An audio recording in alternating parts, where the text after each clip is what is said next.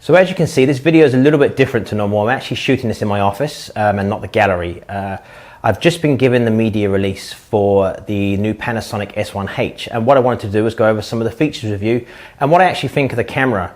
So this is quite a special camera. This can actually shoot 6K in 3:2 ratio at 30p, and it can also shoot 5.9K at 24, 25 and 30p. 5.9K is probably really close to 6K, so I don't know why they didn't call it 6K. That's at 16:9 ratio, so that's video mode basically, what you use for YouTube and everything else basically. So at 16:9 it can actually shoot 5.9K at 24, 25 and 30p. That is absolutely amazing. So it also comes with 14 plus stops in Vlog, which is pretty amazing as well. I mean, we're still waiting for the ProRes RAW to come out on the Z6 and that hasn't happened yet, but 14 plus stops, and I've been told it's close to 15 stops. It's going to be pretty amazing from this camera. Now that Vlog is actually in the camera. It's not an extra purchase like you do with the S1, and we'll get to that a bit later in the video. So as you can see in the photos, the camera is actually slightly larger than the S1 and S1R. Now there's a reason for that. Apparently I've been told it's because of the heat. Now this camera has unlimited recording, complete unlimited recording, and they've designed it in a certain way that it will handle the heat a lot better. Now some other features of the body that I've noticed in the photographs is they've actually gone to the switch system that you get on the G9 as opposed to the switch that is on the S1 and S1R, which is up here, which I personally don't like. I don't like this switch. Now they've gone for a front control switch.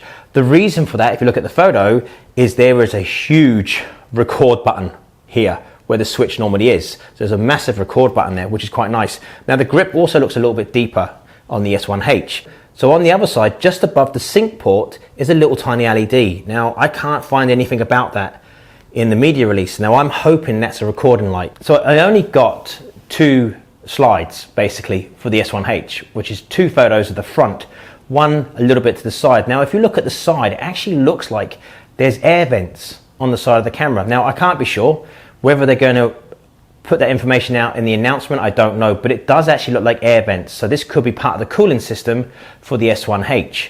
And also the rear screen is designed different. Now, could be a full articulating screen, you never know. Could keep everybody happy by putting a full articulating screen on an S series camera. Now, I want to talk about the Vlog upgrade for the S1, because all of the features this has are going to come built in to the S1H basically. It's an add-on for the S1.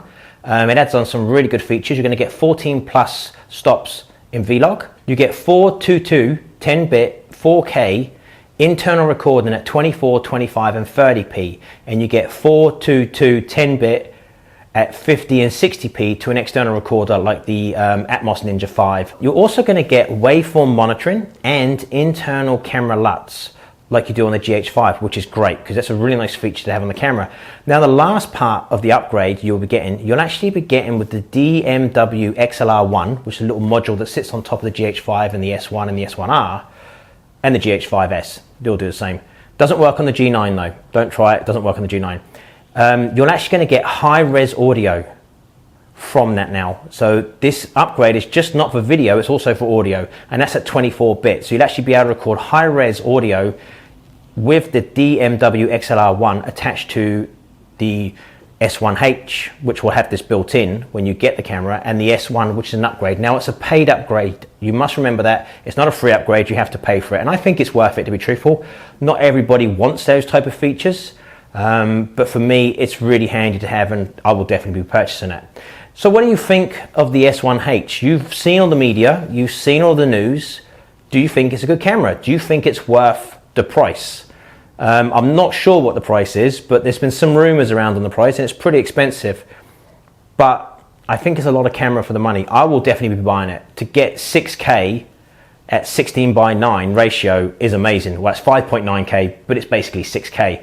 That's the killer feature for me. And to have Vlog, 14 plus stops in Vlog, icing on the cake. I'm definitely ordering this. As soon as it's available, I'm going to order it. But what do you guys think? Leave me a comment down below and let me know. I need to finish editing that video there, which is what I recorded earlier. And that video is on these two, which are the brand new teleconverters from Panasonic. This is a 2x teleconverter, and this is a 1.4 teleconverter. Now that video will be uploaded the same time this video is up, and you can download photo samples taken with the Panasonic S1R and the 7200, the 1.5 teleconverter and the 2x teleconverter.